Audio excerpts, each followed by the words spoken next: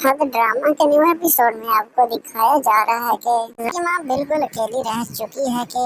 उसकी तो अब कोई भी सुनने वाला नहीं। ऊपर से उसके ऑफिस के लोगों ने उसके साथ धोखा कर लिया है और उसकी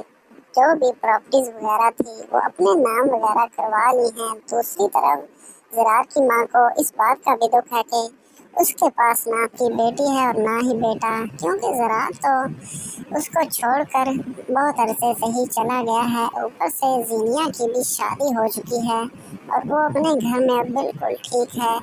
अब ज़रार की माँ नरमीन के पास जाएगी और उसकी मिन्नत मसाजत करेगी और कहेगी कि आप ही मेरी मदद कर सकती हैं कि ज़रार को आप घर वापस लें, लेकिन वो भी जवाब दे देती हैं और कहती हैं कि ज़रार आपके दिल में अभी भी बस रहा है, लेकिन आप उसके दिल में अब नहीं हैं, तो वो कभी भी अब आपके पास नहीं आना चाहता, आपको खुद ही उसे लाना पड़ेगा।